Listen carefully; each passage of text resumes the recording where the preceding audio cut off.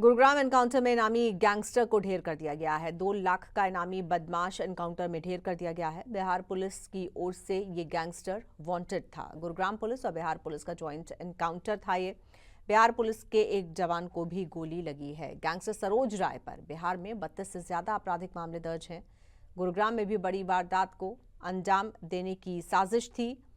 मौके से गैंगस्टर सरोज राय का एक साथी फरार हो गया है। तो गुरुग्राम में यह एनकाउंटर हुआ जिसमें गैंगस्टर सरोज राय को मार गिराया गया है। बिहार पुलिस और गुरुग्राम पुलिस का जॉइंट एनकाउंटर था ये। बताया जा रहा है कि बिहार में कई मामलों में ये गैंगस्टर वांटेड था जिसको मार गिराया गया है। मौके से उसका एक साथी फरार हो गया।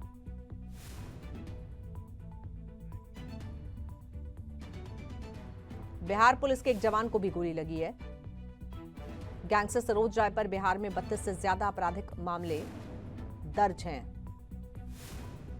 चलेंगे अपने संवाददाता नीरज अंबावता के पास। नीरज, जिस गैंगस्टर को मार गिराया है, किस तरह की आपराधिक पृष्ठभूमि है उसकी, किस तरह के मामलों में ये वांटेड रहा है और यहाँ गुरुग्राम में क्या करने आया था, क्या जानकारी पुलिस की तरफ से दी गई है?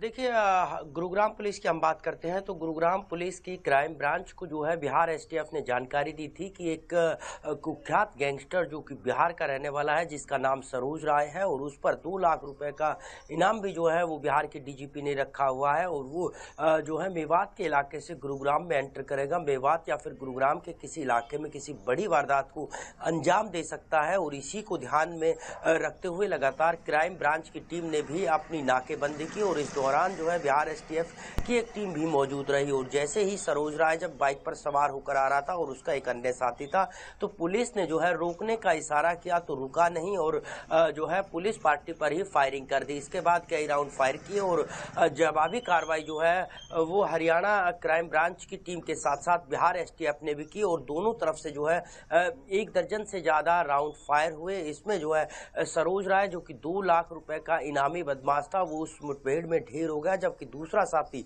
जो है वो भागने में कामयाब रहा। तो बिहार एसटीएफ का एक जो सिपाही था उसको भी जो है हाथ में गोली लगी है। हालांकि उसकी जो अभी अगर उपचार की बात करें तो खतरे से बाहर बताया जा रहा है, लेकिन 2 जो गोली है वो एक हरियाणा क्राइम ब्रांच के जवान को जो है बुलेट प्रूफ जैकेट पे, जबकि दूसरी जो एक और गोली थी वो बिहार एसटीएफ के बुलेट प्रूफ जैकेट पर लगी है, क्योंकि पहले से प्लान था और पुख्ता जानकारी थी कि सरोज राय जो है इसी इलाके से गुरुग्राम में एंटर करेगा। हालांकि गुरुग्राम में किस बड़ी वारदात को अंजाम देना चाहता था ये अभी तक साफ नहीं हो पाया है, लेकिन अगर हम सरोज राय की बात करते हैं तो सरोज राय बिहार में एक नामी गैंगस्टर है, बड़ा बदमाश है और 32 जो है वो आपराधिक मामले दर्ज है। अगर इन 32 आपराधिक मामलों की बात करते हैं तो हत्या के प्रयास, लूट, रंगदारी और जो है जान से मारने की धमकी देने के तहत आर्म्स एक्ट के भी मामले दर्ज है। और इस पूरे मामले की बात करें तो हाल ही में जो है जेडीयू के जो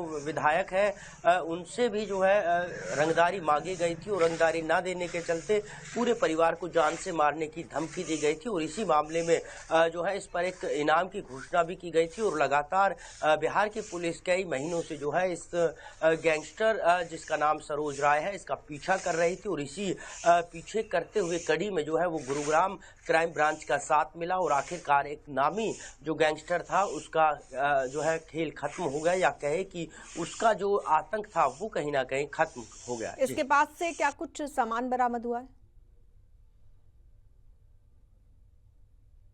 जी बिल्कुल, इसके पास से जो है एक पिस्टल बरामद जो वो गुरुग्राम पुलिस और बिहार एसटीएफ की टीम ने बरामद की है। साथ ही साथ जो एक बाइक थी जिस पर सवार होकर ये गुरुग्राम की तरफ आ रहा था वो बरामद किया। हालांकि अब पुलिस जो है वो जांच कर रही है कि आखिरकार ये बाइक किसकी है और जिस तरह से नूह के इलाके में, मेवात के इलाके में पिछले कई दिनों से जो है ये छिपा हुआ था, तो किसका साथ था, किसका संरक्षण जो है इस बिहार के बदमाश को था। और अब लगातार तमाम एंगलों से जो है वो गुरुग्राम पुलिस जाँच कर रही है और जाँच के बाद ही साफ हो पाएगा कि आखिरकार गुरुग्राम के किस इलाके में जो है क्या योजना थी और किस बड़ी वारदात को अंजाम देने की फिराक में ये लगातार गुरुग्राम और मेवात के इलाके में जो है रुका हुआ था। लेकिन एसटीएफ की टीम ने भी कहीं ना कहीं राहत की सांस ली है, क्योंकि बिहार में एक बड़ा नाम था और इसके गुर्गों की अगर हम बात करें तो उनके भी पास से AK-47 AK-57 भी जो है वो बरामद की गई है। तो ये कहा जा सकता है कि बिहार का एक बड़ा नामी